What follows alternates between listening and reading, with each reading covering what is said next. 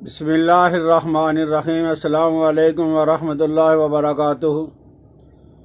دوستو، آج میں عرض کروں گا خارش کے بارے میں۔ یہ خارش خون کے اختراق، خون کے جلنے کی وجہ سے ہوتی ہے، اور عموماً یہ دو قسم کی ہے، ایک خشک اور دوسری تر۔ خشک خارش کا مادہ جو ہے وہ سوداوی ہے، سودا کے بننے کی وجہ سے، اور تر خارش جو ہوتی ہے وہ بلغمی مادہ بھی ساتھ مل جانے کی وجہ سے۔ اور جب انسان کو خارش ہوتی ہے، بلکہ اکثر اور بیشتر یہ دیکھا گیا ہے عورتوں اور بچوں کو خصوصاً خارش ہے تو وہ پرہیز نہیں بلکہ بد پرہیزی کرتے ہیں۔ میٹھی چیزوں کا استعمال، میٹھی چائے، مٹھائیوں کا استعمال، گولی اور ٹافی اور بسکٹ اور چاکلیٹ، یہ ساری کی ساری چیزیں بے تحاشا استعمال کی جا رہی ہیں، اور ساتھ ساتھ تیل سے بنی ہوئی اشیاء، مرغن غذائیں، ٹکا اور کباب، اور اسی طرح بون کے تیل کے اندر وہ استعمال کیا جاتا ہے۔ اس سے جو ہے خارش، خشک ہو یا تر، وہ پھیل جاتی ہے۔ اور اس کی ایک اور وجہ بھی ہے، وہ ہے ہاضمہ کی خرابی، ان نظام کی خرابی کی وجہ سے۔ جب انسان کا معدہ صحیح نہیں ہوتا تو پھر اوپر سے اس طرح کی چیزیں ہوں گی تو یہ خارش بڑھے گی۔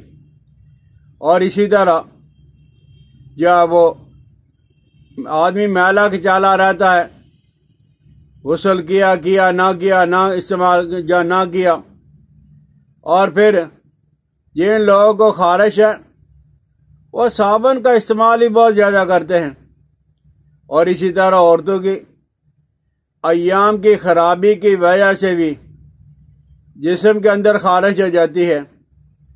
اگر یہ تر ہو تو جسم میں سفید رنگ کے دانے ہوں گے، مواد ہوگا، پھوڑے اور پھنسی ہوں گی، جلن ہوگی اور خارش ہوگی۔ اور بعض اوقات تو مریض کھجاتا رہتا ہے پورا دن، گھر کے اندر، محفل کے اندر، ہر جگہ پہ، اور کھجاتے کھجاتے بے ہوشی طاری ہو جاتی ہے۔ اور اسی طرح خارش میں اگر کھجانے کی وجہ سے زخم وغیرہ ہو جائیں تو وہ بیماری تو اور زیادہ پھیل جاتی ہے۔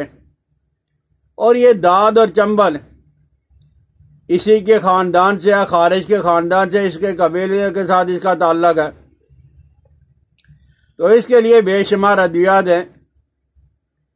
خصوصاً آپ نے دیکھا ہوگا کہ یہ جو صافی بنی بنائی پیٹنٹ دوائی بازار میں ملتی ہے، میڈیکل کی دکانوں پہ، پنساریوں کے پاس، حکما کے پاس، اطباء کے پاس، یہ پینا تو تھوڑا مشکل ہے، کڑوا ہے، لیکن خون کو صاف کرنے کے لیے اور خارش کو دور کرنے کے لیے بہت اچھی چیز ہے۔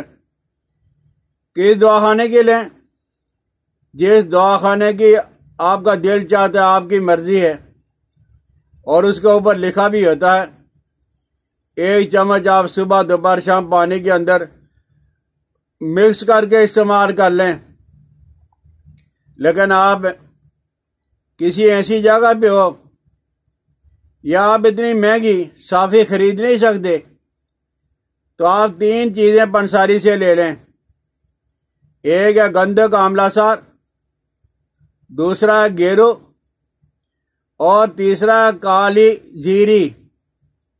گندھک، آملہ سار، گیرو، کالی زیری، یہ 2 تولہ لے لیں، اور ان کو الگ الگ باریک کر کے آپ پاؤڈر بنا کے رکھ لیں۔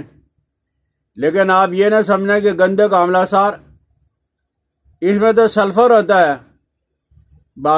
واقعی بھائی اس میں سلفر ہوتا ہے، لیکن یہ جو میڈیسن بنائی جاتی ہیں یا وہ ڈسپرین وغیرہ، سپڈرون وغیرہ، سپڈرون ڈی ایس وغیرہ، یہ ساری کی ساری گندک عاملہ سار سے بنائی جاتی ہے، یہ کھانے والی چیز ہے۔ آپ نے 6 ماشا صرف دہی کے اندر ڈال کے صبح کے وقت اور شام کے وقت کھا لینا ہے، اور دوپہر کو بھی اور شام کو بھی آپ چاول کھائیں، دہی ڈال کے، روٹی استعمال نہ کریں، مرچ مسالہ نمک والی چیزیں آپ استعمال نہ کریں۔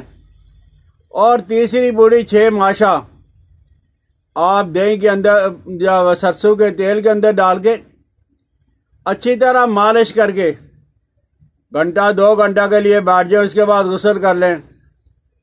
امید ہے کہ 2 دنوں کے اندر آپ کی خارش بالکل ہی ختم ہو جائے گی، لیکن اگر 2 دنوں میں پوری طرح خارش ختم نہ ہوئی ہو تو تیسرے دن بھی آپ کر لیں، انشاءاللہ العزیز خارش سے آپ کی جان چھوٹ جائے گی۔ اور ایک اور چیز ہے، وہ بھی بڑی سہل اور آسان ہے، وہ کیا ہے؟ نیم کے پتے اور مہندی کے پتے، یہ پاکستان بھر میں ہر موسم میں تازہ بھی مل جاتے ہیں، تو آپ ایک تولہ یہ لے لیں، نیم کے پتے اور مہندی کے پتے، انہیں اچھی طرح کوٹیں اور ان میں 1 تولہ پانی ڈال کے کپڑے میں ڈال کے نچوڑیں، اور اس کے بعد آپ یہ پی لیں۔ جن عورتوں اور بچوں کے لیے اس طرح کا پینا مشکل ہے تو وہ نیم کے پتے اور مہندی کے پتے خشک کر کے انہیں باریک پاؤڈر بنا کے تو کپسول بھر کے کھا لیں۔ چلو 2 دن کے اندر آرام نہیں آئے گا، لیکن 3-4 دن کے اندر انشاءاللہ العزیز ضرور آرام آ جائے گا۔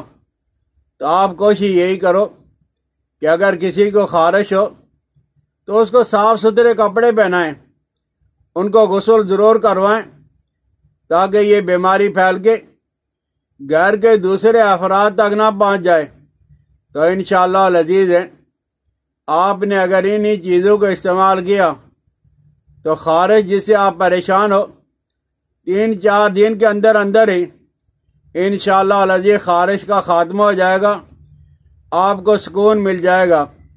سمجھ آ جائے تو استعمال ضرور کریں، اور ویڈیو کو شیئر کریں، سبسکرائب کریں، بیل آئیکن کو دبا دیا کریں۔ رمضان المبارک کا مہینہ ہے بھائی، آپ سے درخواست ہے، ریکویسٹ ہے کہ اپنی دعاؤں کے اندر مجھے ضرور یاد رکھنا۔ حکیم الیاس عبدالی کو اجازت دے۔ السلام علیکم ورحمۃ اللہ وبرکاتہ۔